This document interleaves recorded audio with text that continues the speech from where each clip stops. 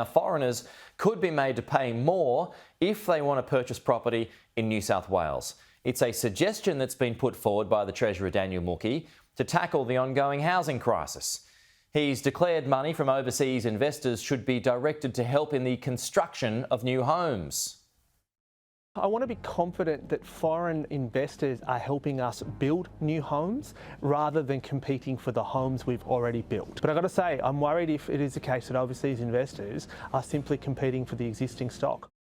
The government tackled this. That interview courtesy of the Daily Telegraph. New South Wales currently charges an extra 8% to foreigners looking to buy property. Now, let's bring in the New South Wales Shadow Treasurer, Tudehope. Damien, thanks for your time this morning. So what do you think about this proposal this morning? Pete, I don't have any objection to that being part of the policy formulation that the government is looking at. However, it is lazy politics if, in fact, the only thing that you say is to drive down policy is increasing surcharge duty. If there's no discussion about immigration, if there's no discussion about housing supply and how we are increasing housing supply, then it's just lazy to say that the only way to fix it is to charge foreign investors. Now, I don't have any objection to that. We, in fact, did it when we were in government. We increased it. We doubled it in 2019, I thought it was. But in many respects, we've got to have a number of competing things as part of this discussion.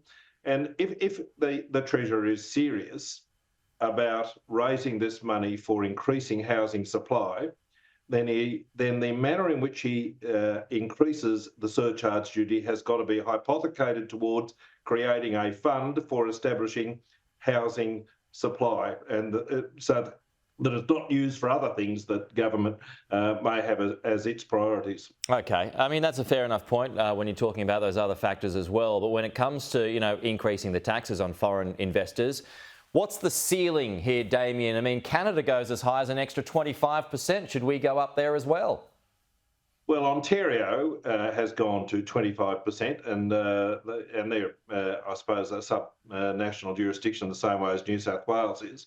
I must say that I don't think necessarily that 25% is the mark or where the ceiling is, but certainly foreign investor surcharge duty does contribute to the New South Wales budget.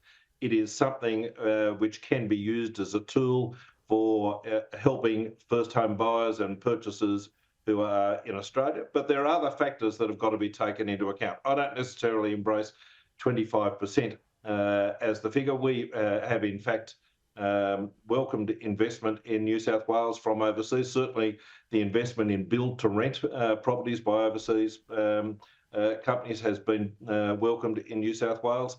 So you've got to make sure that we're not too heavy-handed about this. There are other tools that you can use, of course, is circumstances where potentially you've got to have been resident in New South Wales, say, for 2 or 3 years before you can potentially buy a property in New South Wales. Now, they're factors you could potentially add into the discussion and the debate.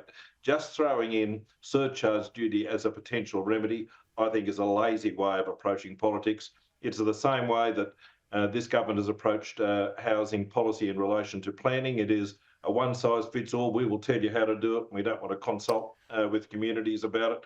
I think there is a larger piece of discussion around tax policy in relation to foreign, which needs to be done. Damien Tudehope, thanks for your time.